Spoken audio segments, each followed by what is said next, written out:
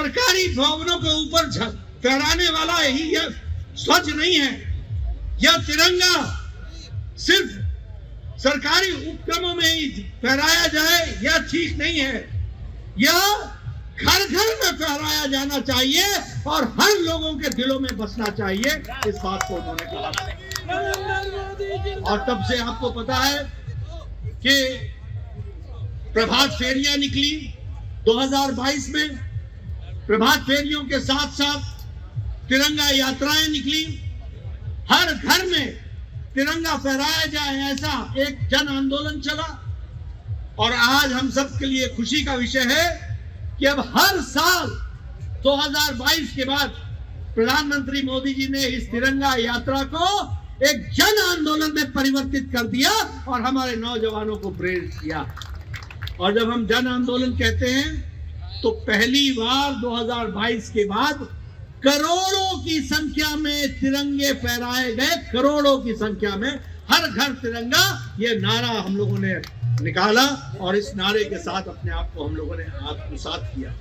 यह भारत की एकता, भारत की विविधता और मजबूती का जीवंत प्रतीक है और इसके प्रति हमें हमेशा कृतज्ञ रहना चाहिए। इस बात की हमको प्रेरणा मिलती है। इसे हम आज विजयवाड़ा के नाम से जाना जाता है। वो बेजवाड़ा जो था, वहां कांग्रेस के सेशन में एक पिंगली वेंकैया नाम के नौजवान ने पहली बार इस ध्वज के बारे में, ये तिरंगा का सपना उस समय गांधी जी को दिखाया था। और उस समय जो ये इसके रंग थे, उन रंगों को ध्यान में रखते हुए और साथ में उसमें एक स्पिनिंग व्हील चक्र, उसको भी उन्होंने उसमें दर्शाया था।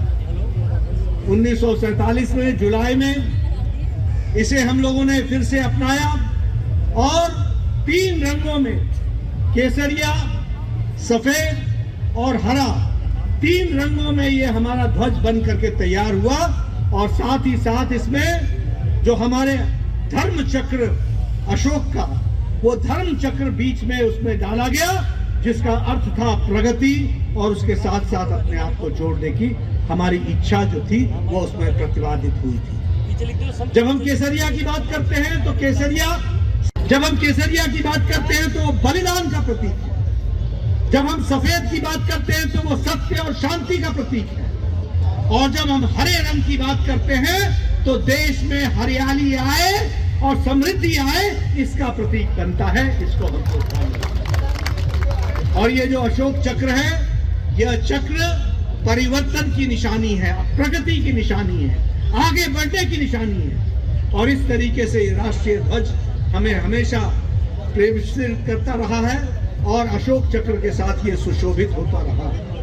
हम यह भी जानते हैं कि आज जब हम तिरंगा यात्रा में यहाँ पर एकत्र हुए हैं तो 2022 में उस समय हमारे यशस्वी प्रधानमंत्री नरेंद्र मोदी जी ने कहा था, ये तिरंगा सिर्फ सरकारी भवनों के ऊपर फहराने वाला ही यह ध्वज नहीं है।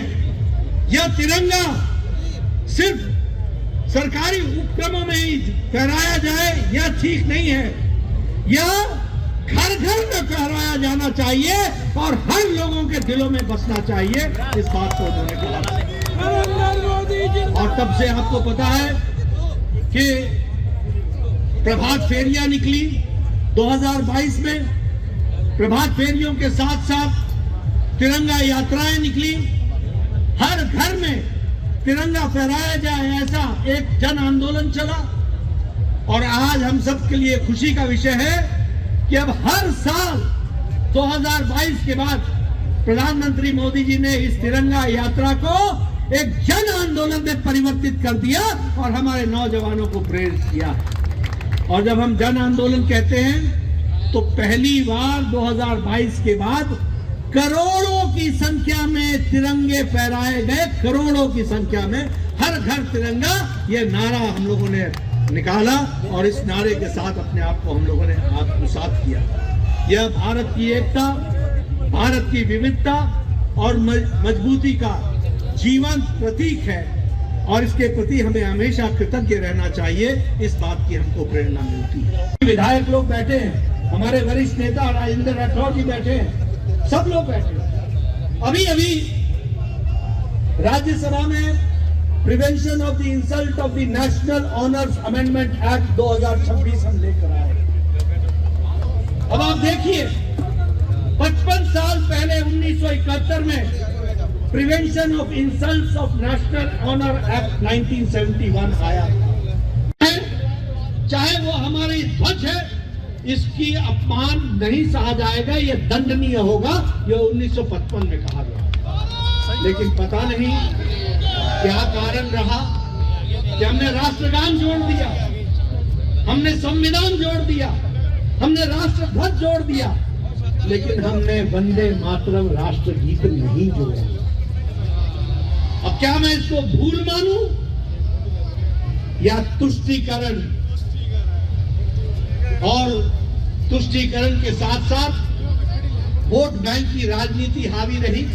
आपके राज्य की खबरें, आपके शहर की खबरें सबसे पहले जानने के लिए देखते रहें अमर उजाला। चैनल को सब्सक्राइब जरूर कर लें और पाएं हर अपडेट।